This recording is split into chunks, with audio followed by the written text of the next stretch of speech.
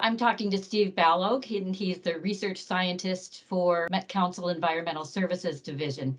And Steve, you have a key role in monitoring and sampling wastewater which is actually sewage, and what you're looking for is the virus that causes COVID-19.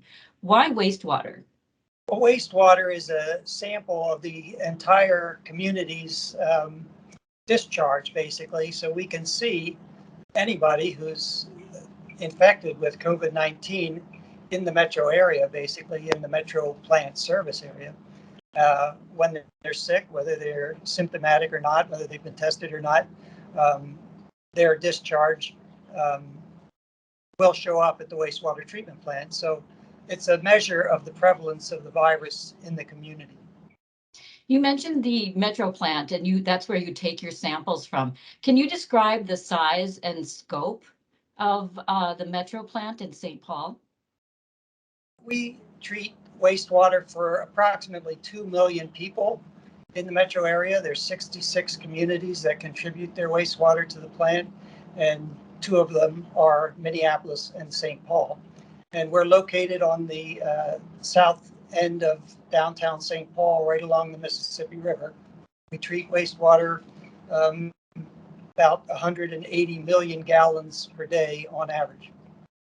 Originally, wastewater treatment was designed to protect public health, to get wastewater and pathogens and viruses out of the community and take care of them in a safe way. And we've really gotten back to that with this work, because now it's very clear that wastewater treatment has a public health aspect and a public health protection aspect, in the sense that we can see things even before they show up in clinical testing. Can you talk about the prevalence of the virus that you're finding?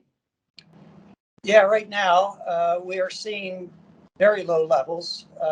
Since the Omicron wave in January decreased, we're down probably 98% from the peak.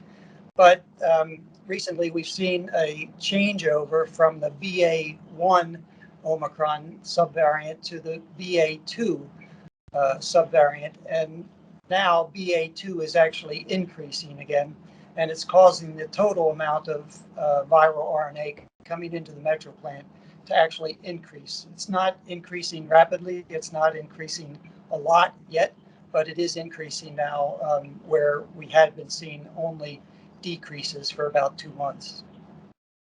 So if folks are looking at our data online, where we update this every week, every Friday, what would you say are the key messages or the key takeaways from the data that they would see today?